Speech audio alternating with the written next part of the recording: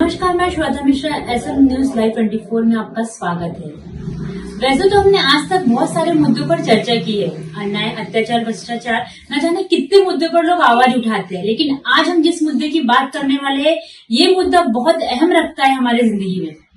जैसे आप सभी को पता है कि बच्चों के साथ में आज एक प्रकार का व्यापार किया जा रहा है। आज हम जहां भी जाते हैं, आज कई प्रकार के बच्चे हमारे पास आते हैं। किसी के हाथ नहीं होते, किसी के पैर नहीं होते, कोई बहुत बेदर्दी से चल रहा होता है, तो इन सारे बच्चों को हम दया में आके कुछ पैसे दे देते हैं।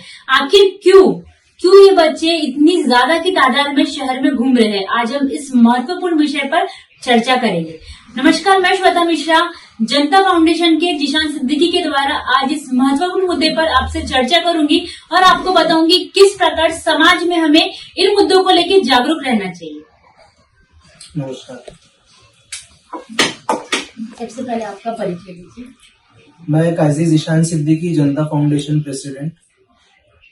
अभी ये चाइल्ड ट्रैफिकिंग जो चलता है हमारे यहाँ पर, कोई आम बात नहीं है। एक समय से देखने में आ रहा है कि बच्चे भीख मांगते हुए नजर आते हैं। दया भाव से, कोई भी रहम दिली में बच्चा दिखता है, छोटा बच्चा रहता है तो उस पर जाहिर सी बात है किसी को भी रहम आता है, कोई भी पैसे दे देता है।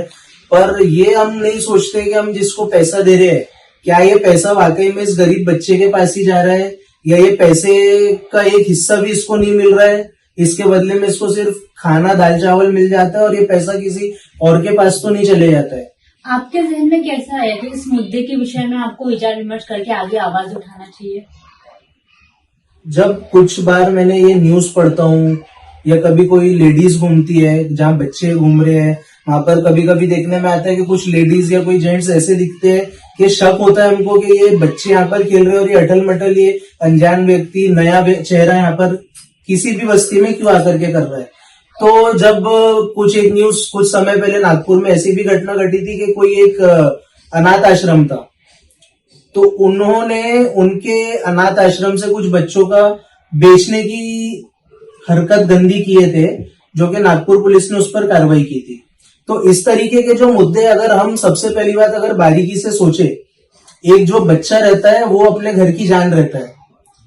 उसका मामा मामी, चाचा चाची, माँ बाप, दादा दादी, नाना नानी, कोई भी रहे, भाई बहन रहे, सबकी जान वो बच्चे में घर के बसती है। अगर थोड़ी भी बारीकी से हम सोचे भी तो रोंगटे खड़े हो जाएंगे कि अगर मालिक ना करे, हमारे जैसे लोगों के घरों से या किसी के भी देखने वाली जनता से कहना चाहता हूं कि आपके घर से अगर कोई बच्चा गलती से चोरी हो जाए तो उम्र भर उसके घर वालों को यही अफसोस रहेगा, उम्र भर उसके घर वाले यही सोचते रह जाएंगे कि हमारा बच्चा आखिर किस हाल में होगा, किसने उसको लेकर गया होगा। तो ये चाइल्ड ट्रैफिकिंग से रिलेटेड सबसे पहली बात, बच्चे जो भीख मांगते हैं तो हमारे को ऐसी शंका है, 110% शंका है कि ये बच्चों से जबरन भीख मंगवाई जाती है। आप एक चीज देखिए कि जब भी अगर कोई बच्चा भीख मांगता हुआ नजर आता है, आप उससे बात करने जाइए, 5 से 10 मिनट के अंदर कोई ना कोई उसकी माँ बनकर या उसका बाप बनकर आपके पास आ जाएगा। आपने इस प्रकार के विषय पे खुद उन बच्चों से रूबरू होकर कभी वार्तालाप की है? करने की बहुत बार कोशिश की है, वार्तालाप की है। कुछ बच्चों का ऐसा लगता है कि बच्चा बोलना चाह रहा है, उसके साथ वाला बच्चा उसको इशारा करता है। बच्चों के आंखों में, बच्चों के बातों में एक अलग सा डर दिखाई देता है। और ये लॉजिकल बात, ये सोचने की बात है सबसे पहले कि चाइल्ड लेबर क्राइम है, इलीगल है।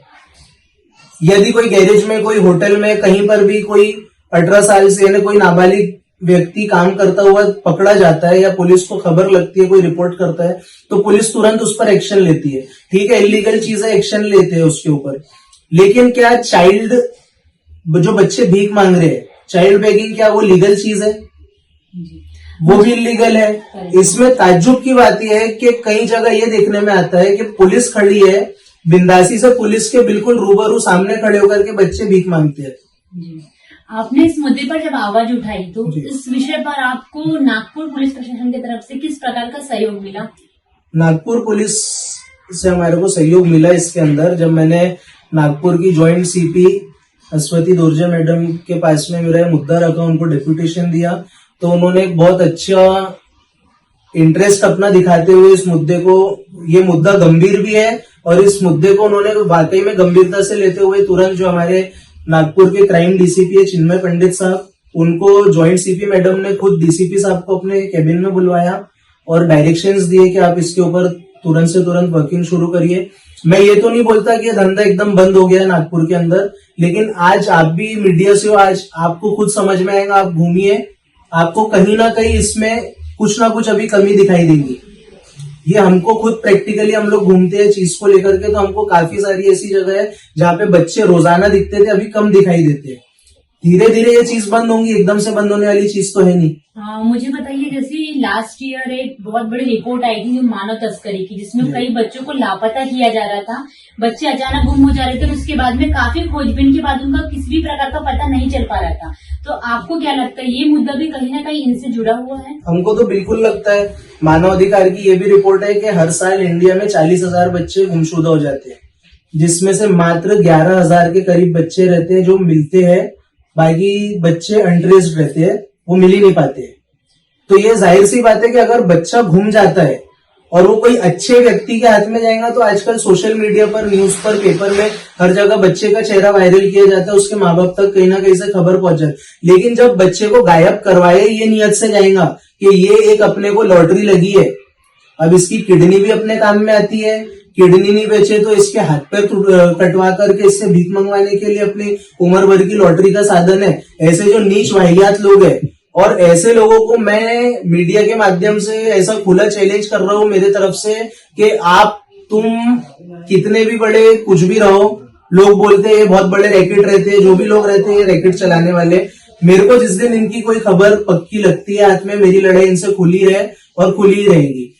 जिस तरीके से बेरहमी से बच्चों के हाथ पर काटे जाते हैं और बच्चों की तस्करी की जाती है, उनसे एक प्रकार का धंधा करवाया जाता है, जिस प्रकार का अत्याचार बच्चों के साथ हो रहा है, तो इस विषय पर आपका क्या कहना है? क्या ये बच्चे प्रॉपर इसी शहर के रहते हैं या ये दूसरे शहर से लाए जाते हैं? इसमें जब भी आप बच्चों से बात करो तो जनरली बच्चे आपको उड़ीसा, राजस्थान, कलकत्ता, बंगाल ये साइड के बच्चे दिखाई देते हैं। लोकल हमारे नागपुर सिटी का वो बच्चों की लैंग्वेज ही नहीं रहती है कभी भी। तो ये बहुत ताज्जुब की बात है कि इतने बाहर बाहर से बच्चे नागपुर में आकर के किस तरह से भीख मांगते हैं। इसके ऊपर में एक और ताज्जुब की बात ये है, आप एक बात गौर करिए, बाजार लगते हैं, जो लोग कपड़ा बेचते हैं, सब्जी बेचते हैं, फ्रूट्स बेचते हैं बाजारों में, तो उनके ऊपर कॉर्पोरेशन कितनी तगड़ी कार्रवाई करती है। महानगर पालिका, नागपुर महानगर पालिका कितनी तगड़ी कार्रवाई करती है। इतने बड़े सूरमा बन जाते हैं नागपुर महानगर पालिका के अधिकारी जाकर के कि वो गरीब का ठेला फेंक देते हैं, उसके फ्रूट्स को पैरों से रौंद देते। कई पुलिस वालों के भी वीडियोस आई हरकतें करते हुए, ये घिनौनी हरकत करते, इनको शर्म नहीं आती। ये ताज्जुब की बात है कि ये जो लोग डेरे डाल डाल के बैठते हैं, इतनी बड़ी बड़ी जगहों को घेर करके पूरी फैमिली और पूरा बसेरा डाल के बैठते, तो आखिर इनको कौन से ऐसे सपोर्ट से पीछे से कि कॉर्पोरेशन इनको देख करके आग पर एक काली पट्टी बांध के नजर आती है, इनके ऊपर कभी कार्रवाई करते हुए कॉर्पोरेशन नजर नहीं आती। तो इस चीज की भी जांच होनी चाहिए। एक चीज और बोलूंगा मैं कि जो स्कूल्स है, कॉर्पोरेशन की कई स्कूल्स बंद पड़ी हुई है, कई सरकारी इमारतें बंद पड़ी हुई है, उठा करके वहां पर इनका बसेरा बनाना चाहिए, स्कूल्स में इनके बच्चों को एडमिशंस डलवाना चाहिए। अगर ये लोग जो है जिनकी कोई आइडेंटिटी ही नहीं है नागपुर के अंदर, ये अगर कोई कांड कर दे, कोई बड़ी घटना को अंजाम दे दे, किसी का मर्डर कर दे और भाग जाए, तो इसके बारे में तो कोई पता ही नहीं उठा पाएगा बाद में। ये काम आपने एकदम सही बोला कि जो प्रशासन का काम है कि इस तरफ में बिल्कुल फोकस करना चाहिए, इस मुद्दे को प्रकाशित करना चाहिए। उसके साथ अगर बात करें तो आम जनता की, जैसे आम जनता के मन में कहीं ना कहीं इंसान के अंदर में इंसानियत होना बहुत लाजमी है और होना भी चाहिए।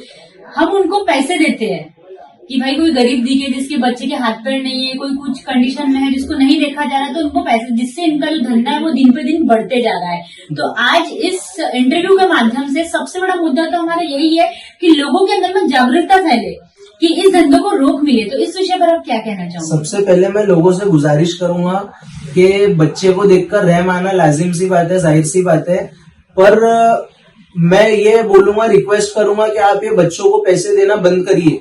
क्योंकि अगर ये बच्चों से धंधा करवाया जा रहा है तो आप ये बच्चों को पैसे देकर बच्चे की मदद नहीं कर रहे, उसकी मदद कर रहे हैं जो बच्चों से भीख मंगवा कर के नीच काम कर रहा है। दूसरी बात, बच्चों को भीख दे रहे हो मतलब आप बच्चे को मोटिवेट कर रहे हो कि तू एक बहुत अच्छा काम कर रहा है, तूने आगे फ्यूचर में भिखारी ही बनना चाहिए।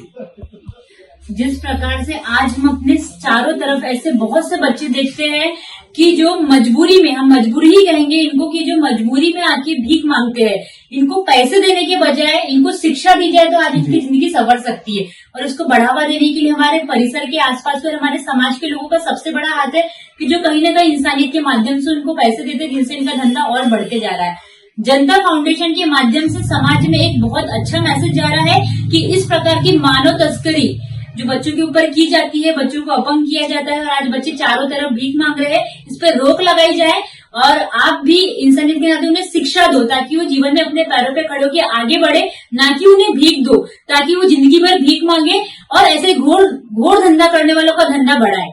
तो ये हम संदेश देना चाहेंगे और हम जनता फाउंडेशन के जिशान सिद्दीकी सर से रिक्वेस्ट करेंगे कि अगर इस विषय पर अपने विचार और रखना चाहे तो हमारे चैनल के माध्यम से। एक चीज मैं कहना चाहता हूँ, कई लोगों के दिल दिमाग में बहुत ज्यादा भय है, डर है कि ये बहुत खतरनाक लोग रहते हैं जो ये सब काम करते हैं। तो मैं जनता को एक मैसेज ये देना चाहता हूँ कि अगर आपके नजर में ऐसी कोई चीज आती है, आपको शक होता है कि ऐसे बच्चा चोरी हुआ है या कोई लड़की चोरी हुई है, या आपको शक होता है कि व्यक्ति ये काम करता है, तो आप बिल्कुल हमसे कांटेक्ट करिए।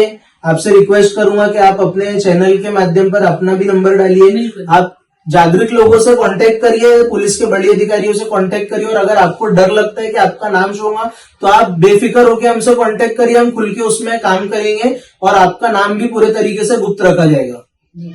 इस प्रकार की किसी भी मदद के लिए आप हमसे कभी भी सहायता ले सकते हो। आपका नाम, नंबर सब गुप्त रखा जाएगा।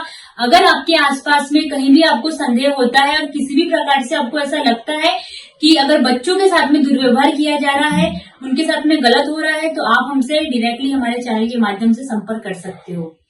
धन्यवाद। जय हिंद, जय भारत। ठीक है। हाँ।